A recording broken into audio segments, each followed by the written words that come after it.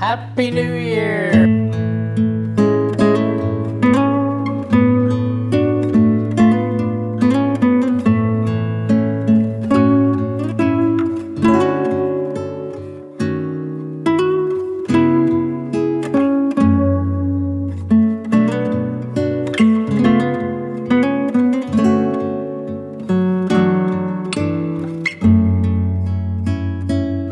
So for the past 13 months, we have been living full-time in our RV on the road, traveling cross-country several times. It is now the end of 2024, it's New Year's Eve, and we decided we would put some statistics together and share them with you.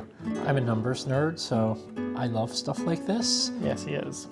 Jamie was very helpful in making tally marks along the way. So some of the interesting statistics we have to share.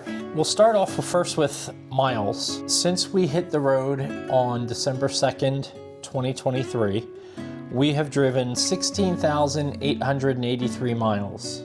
In the RV. In the RV. And since we bought our car at the end of January of this year, 2024, we have put 19,835 miles on the car. And that does not include towing miles when we're towing it behind the RV. No, there is. When we were in Washington for the summer, there were a few times that we drove from one campground to another separately without hooking up just for logistic reasons. Yeah. So about probably 1,500 of that is just that, but the rest of it is just running around to visit different parks, different people, different stores, lots of shopping.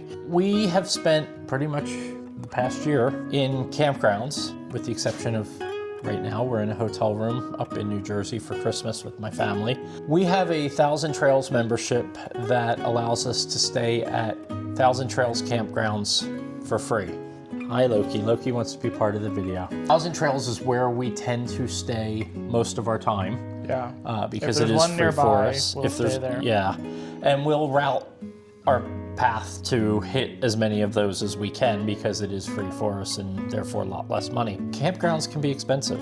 In the past 13 months, we have stayed at 26 Thousand Trail campgrounds for a total of 186 nights, so just over half the year. We also spent 118 nights at one particular campground, Grove Ridge, in Dade City, Florida, which is near my parents' home down there. For basically 4 months of the past 13, we've spent in Grove Ridge being near my folks. Then we also did... So for dispersed, which is no hookups, and mostly it was just in the middle of nowhere, we did 12 different campgrounds and for a total of 14 nights.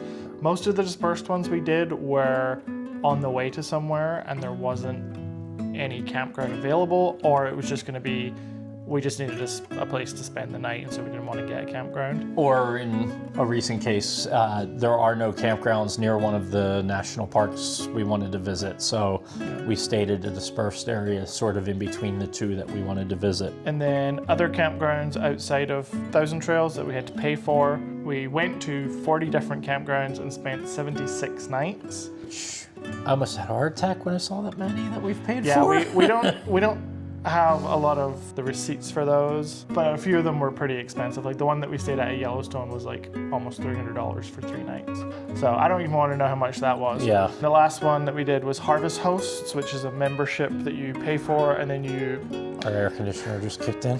And then you can stay there for free if you patronize the business. So It's there is usually a small cost a involved. farm or a brewery or something like that, some museums, stuff like that. And we did 3 different ones of those for 3 nights. I think mostly we forgot that we had that once we got the Thousand Trails. So we would go first to Thousand Trails, then we would try and find another campground, and then we would go dispersed. And I think in between Thousand Trails and the other campgrounds, we forgot that we had the Harvest Host. So I think next year, if we renew it, we should try and do more of those as opposed to dispersed, unless it's somewhere really pretty. One of the things too is that when we got the RV, we had grand intentions of doing a lot of dispersed camping, being out in the middle of nowhere away from everybody, because I'm antisocial. And we've realized that that is not as feasible as we'd hoped it would be because of him. The problem with dispersed campgrounds is there are no hookups. Oh, he's coming all the way up. Okay. There are no hookups. And so if we're going out, visiting a park or doing an activity or something, we have to be really careful about leaving him in the RV, that it doesn't get too hot or too cold, that we can hopefully get internet so we can keep an eye on him on the cameras. We do have 2 cameras in the RV so we can watch him. There's also a temperature stick in there to monitor the temperature, but you can't control it from remotely. We have not done nearly as much dispersed camping as we expected to be doing at this point. A lot of that is logistics because of him. To speak to that, I am actually, like Tim said, as we set out on this adventure, we had these plans to do all this dispersed camping and stay in all these beautiful places, but I found it way more convenient to park the RV somewhere with hookups, with power, water, internet, and then just drive the car to the pretty places. I think we had a bit of a stereotype about campgrounds before we set out, that they were going to be crowded and noisy, and for the most part, that hasn't been the case at all. And there's been a couple old people. There's been a couple where there's just been like children running riot, but that's children, and when the nighttime comes, they shut up and go to bed. We've not come across any where, we were talking to someone recently where they said that they had a neighbor who would basically have parties, they would have a fire pit and loud music going until 2 in the morning. Thankfully, we haven't come across anything like that. So far, knock on wood. So I've been okay staying in the campgrounds as opposed to dispersed places. The dispersed places that we stayed were very nice. One of them scarred me for life, but the other ones, it is... Literally, because you fell. The other ones have been pretty nice. And it is nice to, do that every once in a while and mix it up. We have a couple other tidbits that we'll share, and then we have some questions we're going to answer, and we both shared the questions with each other, but we have not shared each other's answers. So we're going to go through that and see what surprises we might have. On our travels, we visited 33 different states, again, since December of last year. We visited 14 national parks in the past year. We've seen 27 total, but 14 in the past year. 16 state parks, which actually surprised me that we've visited that many. A lot of those we actually stayed at too. The state parks have been really surprisingly nice and much more affordable than campgrounds. Although you don't usually get sewer at the state park. That's the only downside. There is usually a dump station. But there's usually a dump station, yeah. And then one thing we started doing just more recently, earlier this year, was we started visiting state capitals as we went through the different states, and we visited 6 of those so far. Those are our statistics. Now we'll both pull out our list of questions. Let me switch over here. Okay. So I guess I'll start. So what's the first question? So the first question is, what was your favorite campsite for Thousand Trails? My favorite one was Tall Chief Campground in Falls City, Washington. Mostly because, one, we were back in the Pacific Northwest, and it was a great park with big secluded sites. You felt like you were pretty much by yourself, except for when the guy ran over our Starlink. Or wasn't that? That wasn't, no. Okay. Mostly because we're back in the Pacific Northwest and because it had great big secluded sites. So my second favorite was Gettysburg, Pennsylvania. We were only there for 2 nights, but I really loved it. It was a farm setting. They had animals and livestock on the farm. Llamas. And llamas. Or alpacas. Alpaca. We still don't know which They were is alpacas, which. I believe. It had a river view, which was really cool. And it was in the middle of Amish country. So you'd drive down the road in your RV, towing your car, whatever, and you're literally behind these horse-drawn buggies with the Amish with the full beard and the hat and the garb. It was really cool. I liked that one a lot. And then my third favorite one was Natchez Trace in Tennessee, mostly for what was around there, Davy Crockett State Park, the Lewis and Clark Trail, etc. That one didn't make my list because that's the only one where we had an incident with the sewer. Yes. My favorite Thousand Trails were also Tall Chief. That was your favorite? Yeah. Okay. Well, no, that wasn't my number. That was, I would just... Oh, you're doing 3 to... Oh, you didn't put them in order. Yeah, Okay. I just did. I'm very bad at picking my absolute favorite of things, so I just kind of did 3. So your top 3 answers are on the board. Okay. Yes. And I liked Tall Chief because, like Tim said, it was pretty big. The sites were very big. It didn't have sewer, which was a little bit of a negative, but we could only stay there for 2 weeks maximum anyway, so it wasn't that big of a deal during that time. But I liked that it had a clubhouse that we could go to play Ticket to Ride Legacy, and that's where we played. That's where we played the majority of our games for that. My second one was Spring Gulch in Pennsylvania, which is where we stayed for Tim's cousin's wedding. We stayed there for 10 days, I think. And I liked that because it was also in Amish country. Yeah. And I went to Amish Creamery a couple times. Oh yeah. And they had really good, really cheap ice cream. And then my favorite was Paradise, which was in Washington. Which was, but it was way out in the middle of nowhere. It was in southeast Washington, and yeah, it was in the middle of nowhere, but you had this beautiful drive to get up there that just dropped off into the valley. I went out and did some star photos there, and we were only about an hour away from Mount Rainier, so we were able to get there really early before the crowds. So the next question I have is, what was your favorite non-Thousand Trails campsite? So for me, there was Pismo Beach in California. I liked that one. We only stayed there one night. And technically, I think it actually is 1,000 Trails, but when we stayed there, we weren't part of 1,000 Trails, so we had to pay the full price. We stayed there in December, but it was still so warm. We got a pizza delivered, we sat outside and ate it, and then once the sun went down, I went out into the sand dunes and did some star photos, and it was really pretty. And it's right on the water there. Yeah. And these giant sand dunes. Yeah, it was really cool. And then Roadrunners Travelers, which was in Texas, Terlingua, Texas. And I like that because we went there for Big Bend. Again, it was in the middle of nowhere, so we had really good star photos, but we also really enjoyed Big Bend. And the campground there was pretty nice. It was very it was the desert, so it was very dusty and... I will say... But they'd done a good job. Yeah, I will say... it wasn't just like flat ground. The owners of that property did an amazing job with desert landscaping and desert gardening, and just had beautiful little areas that you could tell a lot of love went into that campsite. Yep. And then my number one was Red Shale Campground in just outside of Ashland. I wonder why. Montana. First campground, and that's where we saw the Northern Lights. So. Oh, was that exciting for you? The campsite that we had itself was pretty nice. It was nestled in amongst the trees. There was only, I think, 12 campgrounds total, and they weren't on top of each other, and it was free. Okay. Well, I'm going to count up from 3 to my number 1. Okay. On this one. Because my number 3 is actually a tie. I could not decide between the two because they were both really cool. The first one was Bayou Signette State Park, right outside New Orleans. Armadillos! Yeah, lots of armadillos. That was the first time we saw them, and that was really cool. It was tied with Dixon Lake State Park, just outside San Diego, California. That was just a neat campground. It was up on the hill, literally like you back up to the edge and overlook all of San Diego below you. It was really a neat campground. And we got to see our good friends, the Hawkins, Angela and Jesse there, and their kids. So that was really nice. Yep. I liked that. My number 2 was the Station in Madison, Florida. This guy it's a privately owned campground, and this guy he came out to greet us when we first arrived.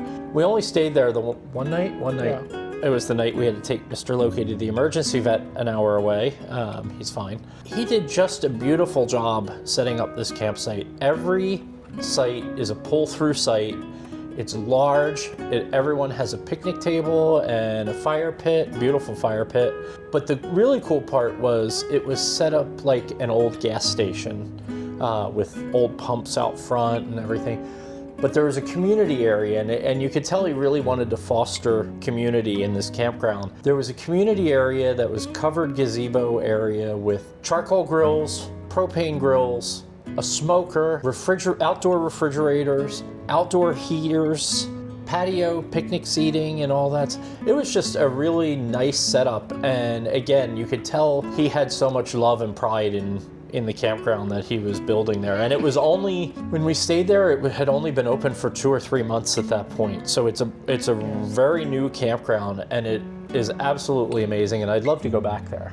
Yeah, I would too. The only thing that it doesn't have going for it is the location.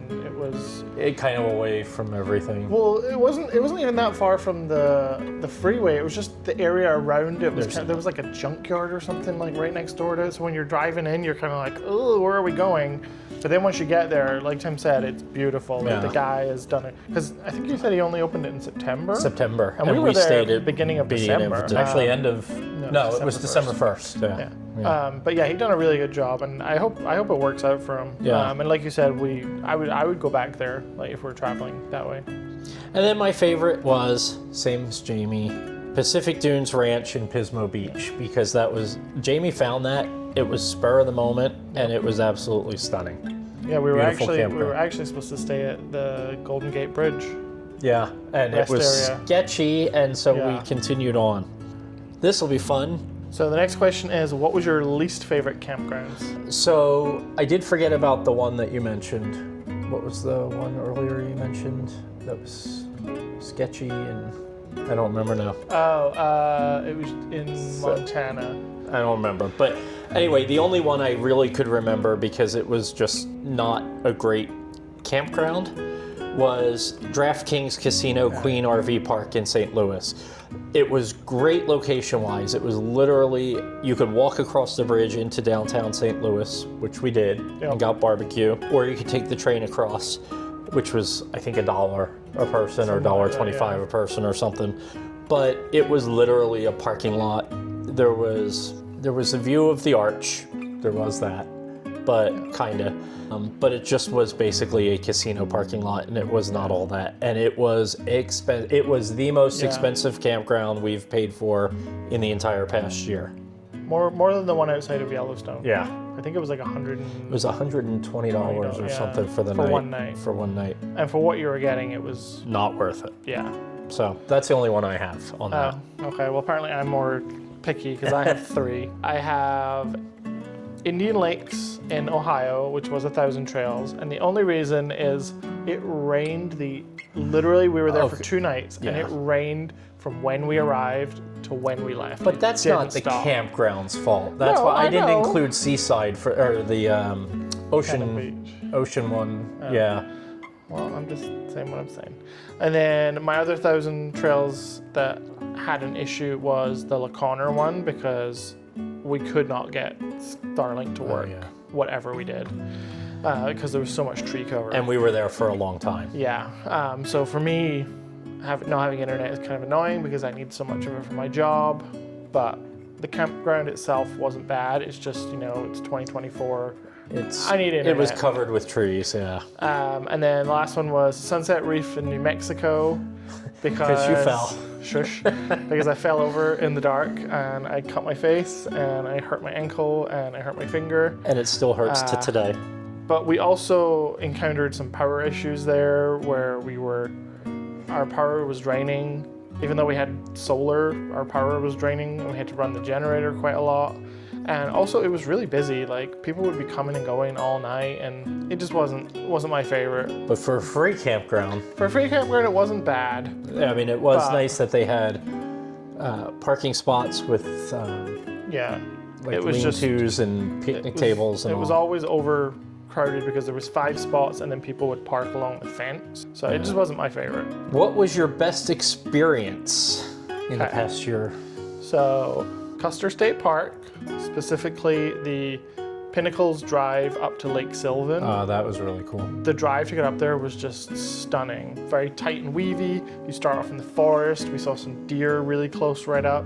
And then you go up and you come out of the forest onto like the mountaintop, and there's these like pinnacles and the rocks, and then you drive through the Needles Highway Tunnel, I think it's called, which was really cool. And then you come to Lake Sylvan, which is also beautiful. Even though the day we were there, it was overcast and raining, it was still absolutely beautiful. Yellowstone National Park. Yep. I think Yellowstone it was the first national park, but I think for a lot of people it's pretty high up there. I always tend to be a bit skeptical of things that are rated that way because, you get there and you get disappointed. Yellowstone was not that. It was amazing. We saw so many bison, we saw wolf, we saw bears, prairie dogs. It was amazing, and I can't wait to go back. And then my last one I kind of grouped together as nature, which was Well, that's cheating a little bit, but that makes me feel better about my answer. seeing the full solar eclipse in Missouri, seeing the northern lights in Montana, and then all of the astrophotography that I've gotten to done over the year with staying in all the dark sky places. Loki's falling asleep here on my lap. So for mine, and mine's a little bit of a cheat too because it's not really RV related, but we would never have done it had we not been traveling in the RV. My best experience was meeting my birth mom on New Year's Day. That was really a cool experience for me. But I wasn't sure if that was a real answer or not, so I also tied it with Yellowstone Wildlife Drive because of all the stuff that Jamie said. My number 2 was the Natchez paddle steamer cruise we did on New Year's Eve. Yeah, that was fun. In New Orleans up the Mississippi. That was pretty cool. And I actually did 4 answers for this.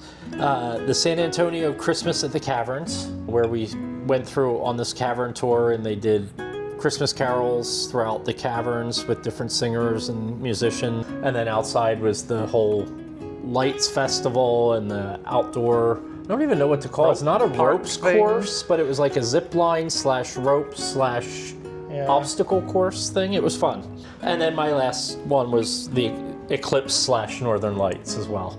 I also put on here, it's not part of the RV, but it did happen in the past year. Obviously, we went to the Maldives, Kuala Lumpur, and Singapore. That trip was once in a lifetime amazing. And I got to see Taylor Swift on my birthday in New Orleans, which was also amazing. Well, actually, both Taylor Swifts happened this past year. I got to see her twice, once in Edinburgh, Scotland, and once in New Orleans. So that was also amazing. Not necessarily RV related, although we may not have done it had we not been RVing, but that was, I had a lot of answers for that. I see that. We had a lot of experiences. We did. We've probably done more in the past year than most people do in a decade. Right? What was the most disappointing experience / adventure? My number 1, well actually I'll start with number 3. My number 3 was when we cracked our windshield. That was... Which time? Yeah. Because it's happened twice. Once on the car, once on the RV. No, it's happened twice on the RV. At the bottom and at the top. Oh yeah, that's right, yeah. Oh yeah. So twice in the RV, once in the car, and all 3 are included in that. But my number 2 was the Corn Palace in South Dakota. It was fine. It is what it is. It's just not really my kind of thing. I mean, it was okay. And then my number 1 was, which is also my biggest expense that I regret, the whale shark tour in the Maldives, because we did not see any whale sharks, and yet it cost us $600 for the 2 of us to go out for the day to not see the whale sharks. On the upside, we did get to go snorkeling over this amazing reef, and really that was my one true experience snorkeling. I didn't dive, but snorkel to see all the marine life and the coral and stuff. That was amazing. I wasn't originally planning to jump in the water and do it. Everyone else got in and I was like, okay, if I don't do this, I'm gonna regret it. So I jumped in and I'm so glad I did. So for me, there was Badlands National Park, which wasn't disappointing in and of itself. My disappointment lies in that we did not have enough time there. We only ended up getting an afternoon there because of something that happened. So we'll have to go back. It's kind of out of the way, but we're gonna make the trip because what we did see was beautiful. Yeah. So I was disappointed by what happened, but not by the park. Wall Drug, which... I knew that was gonna be on here for him.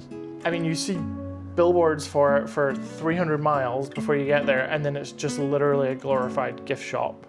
I was like, is this it? Like, okay. And then also the Corn Palace. I knew that was your number 1 disappointment. It was just another thing that was just hyped up from the road, and then you get off and you're like, is this it? To be fair, Jamie thought the entire building was made of corn, not just covered in, like a building covered in corn. So I think that led to some of his disappointment because he had certain expectations. Yeah. What do you think was the best purchase we've made since starting on this trip? So I'll go from least to most. My number 3 was we bought a PS5 in April. I love the...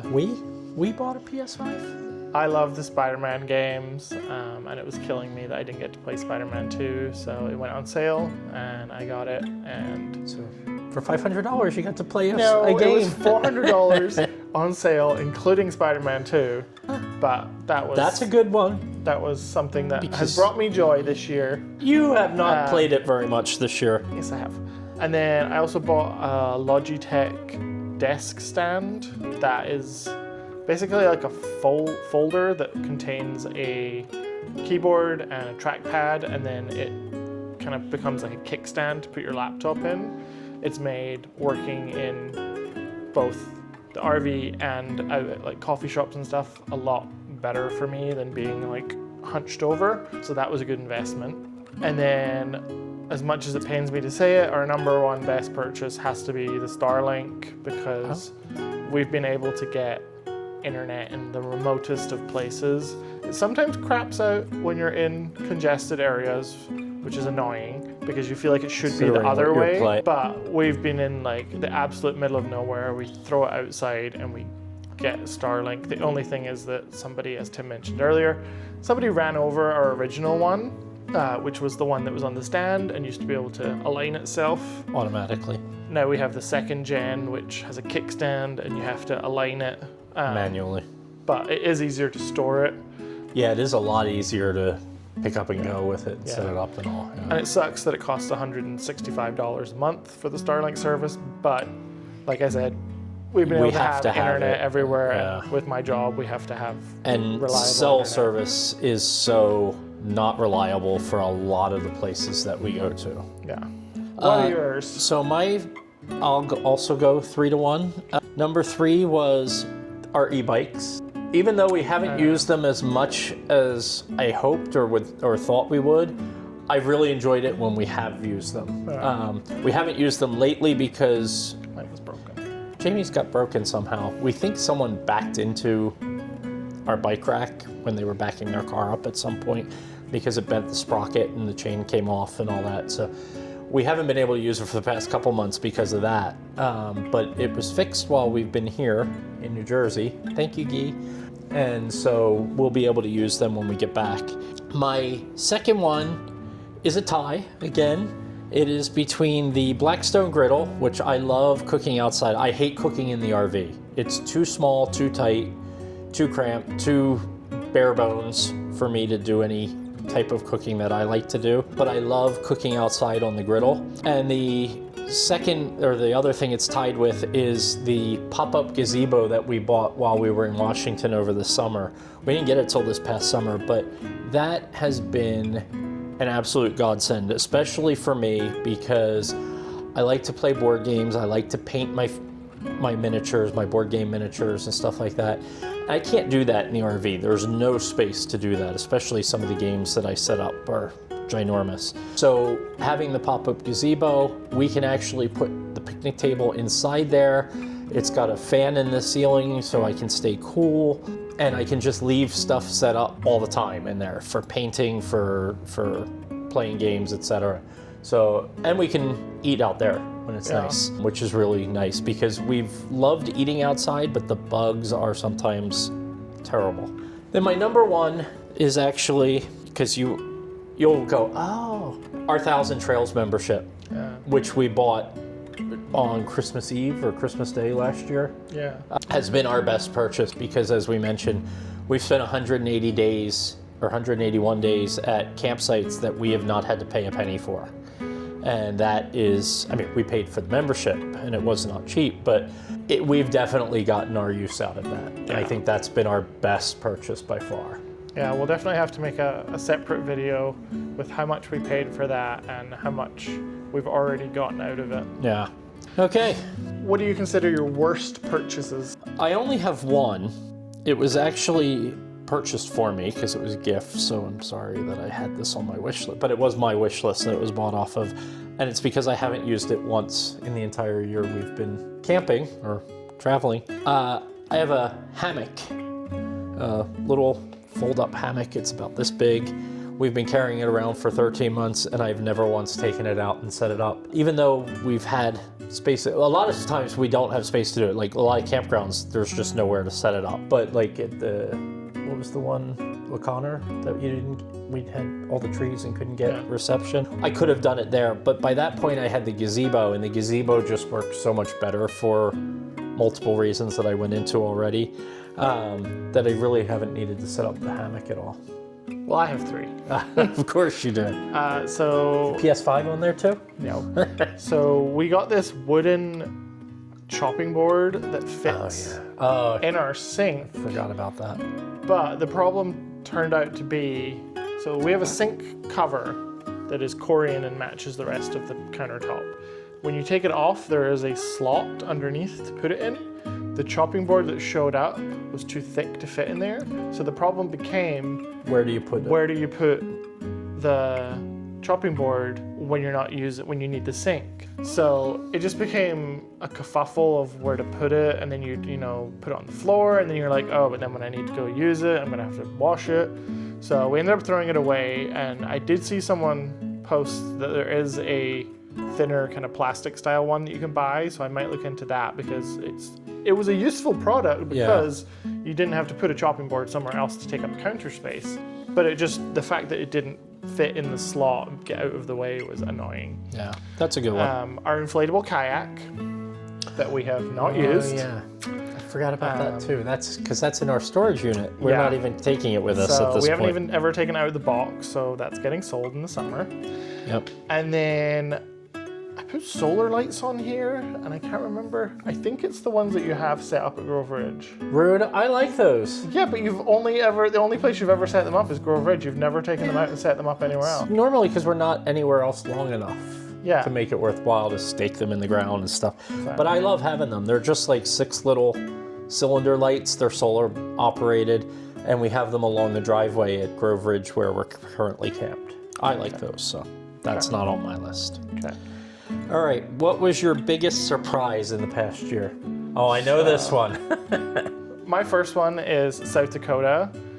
It was, I never hear anything about South Dakota. It's not one of those states that a lot of people kind of talk about and rave about. So I had an opinion that, there wasn't a lot to do there.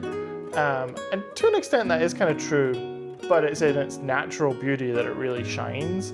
Like the landscape there was just stunning. Like we stayed at the Black Hills, we did Custer, we did Badlands, but even just driving through other parts of it, the view is just amazing. And so I think it's a slept-on state that more people should visit. It is kind of out in the middle of nowhere, and I don't think there's a whole lot of airports nearby, but if you're going on a road trip from east to west or whatever, go through South Dakota, you'll be surprised.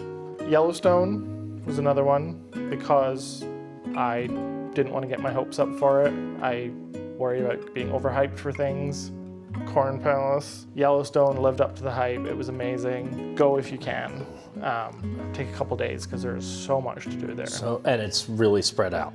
And then much like South Dakota, Big Bend National Park is, I don't think it's top 5 on a lot of people's national park lists, but it should be because it was amazing. Like we knew nothing about it going into it, and maybe that's the key. But there was so much to do there. The stars were amazing. We went into Mexico, we did hot springs, and there's still so much that we could have done there. Wow. My number 3 is also South Dakota. Huge surprise for everything that Jamie said. It was absolutely mind-blowing how beautiful it is out there. I had no idea. And I'm still, every time I think about it, I'm just stunned that more people don't talk about it, how beautiful it is there. My number 2, which I thought for sure would be your number 1 on the list, the biggest surprise I had, or second biggest surprise, I guess, for me, Jamie's dad and stepmom showing up at our doorstep in Florida, unannounced and unplanned. I'm sure most people have heard about their visit to us, their surprise visit to us back in March. They had no idea where we were parked. They just knew the name of the resort. They had no idea what our RV looked like. They were literally just walking around the park hoping to run into us at some point, and luckily enough, Jamie ran into them. But that was my number 2 surprise, because I remember Jamie knocking on the door, which I thought was weird, to the RV. I thought, what, did I lock it? And I went to the door and I opened it, and there is his dad and stepmom standing in front of me. And I know my jaw hit the floor. I was just like my brain broke. What are you doing here? And my number one biggest surprise was, again, going back to earlier, meeting my birth mom. For me, that was just incredible. And not something I expected, because it literally, for those who don't know the story, we'll link to it below, but I wrote a blog post about it. But we literally made plans to meet with her just days before we met her. Yeah. And if we had not actually spoken in that time frame, we would have been past there and not been able to turn around and go back. So thank God we did. Yep. So you? That's it. Okay, what was your favorite states? My favorite state, I'm gonna say number 3 was New Mexico. I loved New Mexico. I always have. I've been there when I was younger. Always liked New Mexico. There's a lot to do there. It's very diverse, but it's a pretty state as well. Number 2 is actually Tennessee, which surprised me when I started ranking these, but we did a lot in Tennessee, and there is a lot to do there. There was a lot of history there. And we still have a lot more to do. We still have a lot more to do there. My number 1 is South Dakota, because it was just incredible. I want to go back. I want to go back to South Dakota. Okay. How about you? Mine was Pennsylvania. Wow. My family will be happy to hear that. I loved how green it was. It very much reminded me of home, just like the rolling hills and all. And then obviously the Amish country with their creameries. South Dakota. Yep. Oh, there's a number 1. Aforementioned. And then Wyoming was number 1. And I think Wyoming, number 1, it was Yellowstone, but also just we had left the Pacific Northwest in December, and we got back to Wyoming in May, and that was the first we saw of like snow-capped mountains again, and it was like coming Jamie home. loves his mountains. So do I. After being in such flat places for so long, it was like that was when it first started feeling like we were coming back to the Pacific Northwest. What is one thing you miss from the house? So I have 3 things. Having a washer and dryer, because we've had to use, for the most part, except for when we've been staying near his parents, we've been having to use public ones. They're at campgrounds. They're campgrounds for the most part. We haven't had to really use a laundromat. Yeah, I had to use one somewhere. We used one, I think, somewhere, but for the most part, it's been campgrounds. Yeah, which is fine, but at the same time, you run into the issues of, 1, you have to pay for them, 2, there's a limited supply, so sometimes you go to do it and you huff your stuff all the way over there, and then there's no washers available. And then 3, you have to be very on top of going to get it for that same reason. You don't want to be that person that's left your stuff in there for an hour. So laundry days kind of suck because there's a lot of back and forth, and I just miss the convenience of having a washer and dryer in our basement that you could just wander down to. I miss my old coffee machine. My new one's fine, but I just miss my old one. And I miss having reliable, fast internet. Starlink is good, but it does very much go up and down in terms of speeds. Sometimes we've been places and like the upload speed has been like 2 megabytes, and I'm trying to upload a wedding gallery and it's like, cool. And then another time it'll be 150 megabytes and you're like, it's all to do with congestion and whatever, but I miss my old fiber, 1 gig down, 1 gig up, speedy internet. First world problems. Whatever. Speaking of, so my number 3, which most people will probably assume is my number 1, I miss my board game room a little bit. I loved having that dedicated space for all my games. Big table, the desk down there, all that stuff. Like I said, it's better now that I have the gazebo and I can set up games out there and we can play. We go to clubhouses at the campgrounds and play and stuff, but yeah, just having that was nice. My number 2 was king size bed. No offense, love you both, but I won't say it. You're both noisy. We'll just leave it at that. I will say this bed at the hotel has been nice to have. Yeah, it's gonna be tough. It's gonna be tough going back to the short queen in the RV. Loki, and honestly, it's not Jamie. It is Loki. Loki sleeps in bed with us No offense, Bubbles. But he does not know the concept of personal space at all. Or how to make himself compact. And so he will literally, if we're in the king size bed here, I'm on one edge, Jamie's on the other because we're both edge sleepers on the bed, and Loki is stretched out nose to tail from one side to the other so he can touch us both. It's a lot easier to touch us both in the RV bed, Yeah. but he still takes up a lot of room. He does. And my number one thing is the kitchen. And I mentioned that earlier with the RV. I despise cooking in the RV. We set the smoke alarms off because it has to be so well vented in order to cook in there, because you're cooking with propane and the smoke detector is literally right over top of you.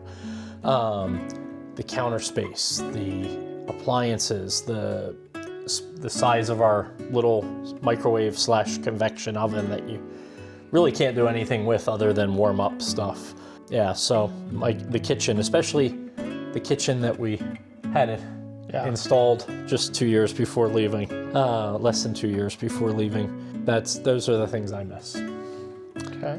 What was your favorite meal eaten out? Oh, this one was easy and hard at the same time because the top three came to mind right away, but then I was like, oh, but there was also this and there was also this, because we've had some good meals out. My number 3 was the gumbo, jambalaya, and etouffee flight that I had in New Orleans. One of the three, the Holy Trinity, the gumbo, jambalaya, and etouffee, were delicious. Oh my God, they were so good. My number 2 is Thai food from Little Ninja in Dade City.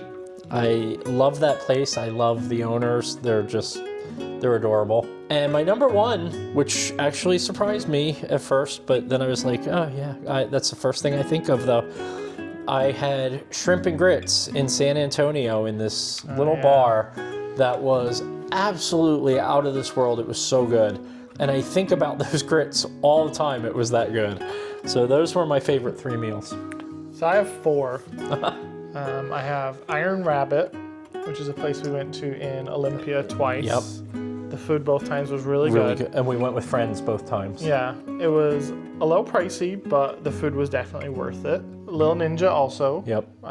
Thai food's my favorite, and for being in a small town in Florida, when we went, we were like, oh, this is not going to be good. And then it blew us both away. Like, it's very authentic, very well made, just great. And Thai food is our favorite food, period, for both of us. And it's not easy to find good Thai food or any good Asian food, honestly, through half the country that we've been through. Yeah. No offense, it's just not. So when we say that Little Ninja is good, you know that we know it's good. Cracker Barrel. Really? Oh my God. It's not because the food is particularly good. It's just that it's such a slice of Americana, and as a non-American, I think it's so funny that like they made this restaurant that is just such a stereotype cliche of American people, and the food is cheap. And you get a lot of it. Yeah. So usually you can get 2 meals because you can take leftovers, and it's pretty cheap. You can also park in their camping. I was just gonna say that. You can also camp in their parking lot overnight, which is nice for us. And then last one I had was Giuseppe's Pizza, which we had back in April when we visited Tim's aunt, and then we just went a couple days ago and we got it. It was good pizza. Yep. Okay. What are your favorite national parks? I think we kind of know from... Yellowstone, obviously. Big Bend, because it was such a surprise. We did so many good things. We did our biggest hike ever there, and it was a really good hike. And then Grand Canyon was my other one. Oh, okay. We camped in the park, and we got to walk pretty much wherever we wanted. And I got to walk out at night and do a ranger-led star tour where you would point at the star constellations with his laser pointer, which was really cool to learn all the different constellations. And then I walked out to one of the viewpoints and did some star photos. It was really cool. Mine are similar. Big Bend. I think the thing that surprised me about Big Bend the most is how diverse it was as far as activities to do there. From, as Jamie mentioned, walking across the Rio Grande River into Mexico, the hikes that we did, the astral photography and ranger-led stuff they have there as well, which he didn't do this time, but they had star stuff as well. There was other stuff too, I can't even remember it all. The hot springs, yeah. I mean, there was just so much to do there. There's the historic buildings, there's a slot canyon, and I love a good slot canyon. There was just so much to do, and we didn't do all of it by half, so I would love to go back there. Yellowstone, just because it's Yellowstone, as Jamie said, it is literally the premier national park of America, I think. When people think of a national park, that's what they think of. That one is just another one we didn't get to do nearly half of because there's so much to do. We did all the big things except for Grand Prismatic Springs because we couldn't get any parking in our RV. No, we had the car. Or the car, but that was pretty incredible, but I would love to go back and see that more of that as well. And then Badlands. We didn't get enough time there. No. What would you want to do again or do more of? I mentioned more Big Bend. The other one I'd really like to do is more of Custer State Park. When we stayed up there in South Dakota, this park blew us away. It is national park level material. It could be a national park. Yeah, and we camped there for the night, and it was pretty cheap. It was. Like 20 or 25 bucks. And it had a wildlife trails or loop drive as well. Lots of hiking to do there, which we didn't really do any of because we were only there the one night. Yeah, we were only there for like 12 hours. And but it was for both of us, it's ranked pretty high on it was a cool park. And then the number one thing I'd like to do more of, and I kind of mentioned this earlier as well, I'd like to do more boondocking. It's difficult, as we said, with him, but that's something that I really enjoy doing and like doing. There are a couple things we need to do to the RV to get it ready to do more of that because, as we've learned with him, we have to be able to run the air conditioner, and that's hard to do off battery power. So I'm installing a soft start for the air conditioner to help ease the load when we start it up. I'm installing a smart shunt so we can monitor the battery power better, stuff like that. But I would like to do more boondocking just because they are some of the most beautiful campsites you can stay at when we're traveling. Yeah. What about you? I have more boondocking, but mine's a little different to what yours is. I like boondocking when we're going from when we're already on a trip and it's just kind of a stop to break up the night. I like to stay because I do get to do things like my astrophotography. We get to stay out in pretty places. I don't like boondocking for right now anyway, for multiple days because of worrying about this one. Obviously, we could boondock places where we can take him with us, but when we were on the trip out here from Washington, the places where we were boondocking was so we could go to national parks. He can't go, so yeah, I want to do more boondocking to see more nature. I want to do more hiking. We did a lot of hiking this year, but I want to do more. Well, we'll get our chance. We got a train for our trip in October. And then the other thing I want to do more of is I want to explore small towns more. Yeah. We focused a lot this year on doing national parks, state parks, but we went a couple of times to small places. We went to what was the place in Arizona? We went in the ghost town. Can't remember the name of it. We went to a ghost town just northwest of Phoenix.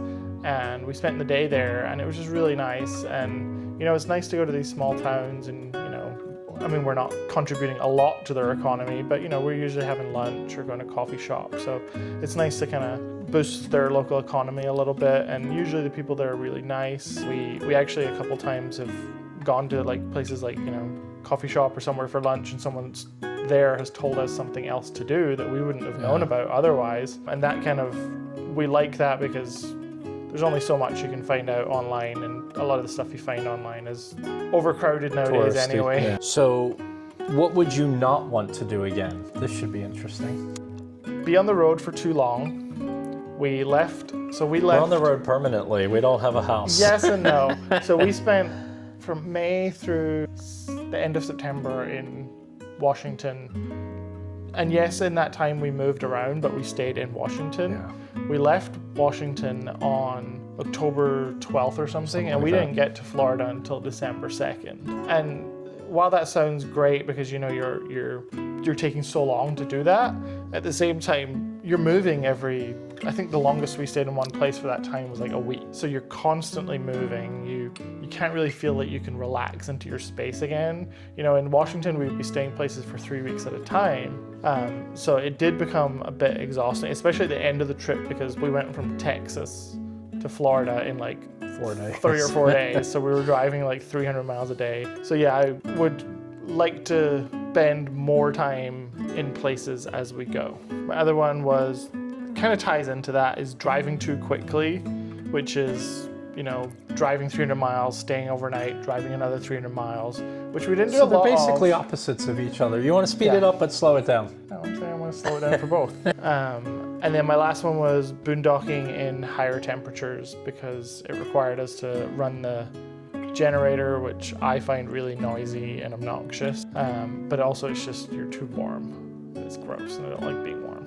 So mine is actually, I think we're both trying to say the same thing, but I think we said it in opposite ways, because the thing I would not want to do again is an entire cross-country trip in 30 days. We have done that, and as Jamie said, you're not getting to spend enough time at any place. So I want to spend more time getting from Seattle to Florida or vice versa, but spending more time in each spot as we go. So I think that's kind of what you mean, because trying to do it in 30 days is just tough. It makes for a long haul. We both get cranky near the end because we've been driving for so long. So that was mine. That's the way I phrased it. The other thing that I have, no offense to my family, do not get angry, or my friends, I would not want to go to New Jersey again over Christmas. And it's not for the reasons everyone thought. Yes, it's cold, and we can't bring the RV up into this cold. I mean, it was down in the 20s up here. We can't bring the RV into temperatures like that because it's not a full 4-season RV. The pipes could freeze, they could burst. We'd have to winterize it, which means we'd have no running water, blah, blah, blah. So it's not conducive to driving up here, which means we have to either drive the car or fly up here, which the whole thing revolves around Mr. Loki again. We're in a hotel room. We've been here for a week and a half so far. We've got another half week to go. It's just a lot for him. It's stressful for him. He hears the noises in the hallways. He hears the doors closing. He has to get in the car every time we go anywhere because we can't just leave him in the hotel room by himself. He has to go over to my sister's, and her dog and him, they get along okay, but my sister's dog is very protective of her. I'll put it that way. And so she'll like bark at Loki if he comes too close to her and stuff like that, and it stresses him out. He's a big scaredy cat.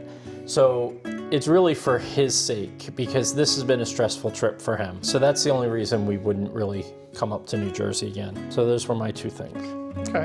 So our last question is, what would you do differently? I would route us differently going cross-country. So we've done 3 cross-country trips so far. We've done Seattle to Florida, Florida back to Seattle, and then Seattle to Florida again. The first time we went was basically to visit people. All the stops we picked were, like, we went from Seattle to San Diego and Palm Springs, I should say, and then over to Arizona, and then over to Texas, all to visit people along the way. It was fine because it made it a nice southerly route in the middle of winter. We didn't leave till December 2nd last year. The second trip we planned back to Seattle from Florida was based around Thousand Trails parks, basically. How many Thousand Trails parks could we hit? And we had to plan it around my cousin's wedding, which was up in Pennsylvania, Jamie mentioned earlier. So everything was based on Thousand Trails parks across the country. And then our third trip out here again was basically based around national parks. How many national parks could we hit along the way? And another wedding. Drea. I want to find a better balance of routing these trips, because I do most of the planning and it is very time consuming and stressful. But yes, it's very time consuming and stressful, but I want to find a better balance of how to get cross country, still see things and do things that we want to do, but be less tied to, we need to be here a certain date, we need to be here a certain date, that kind of thing. The other thing I would have done differently. I would have waited to buy certain items until we'd been on the road a little bit more. I mentioned I love my Blackstone griddle, but I got the smallest Blackstone griddle. It's 17-inch and 1 burner.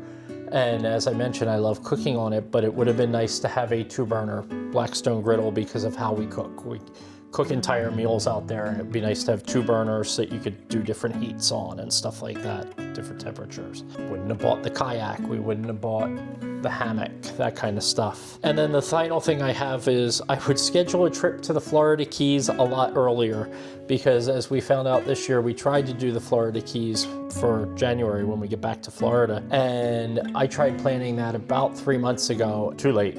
No campsites available, period. We'll have to try next year and try and do it a little earlier. So that's me.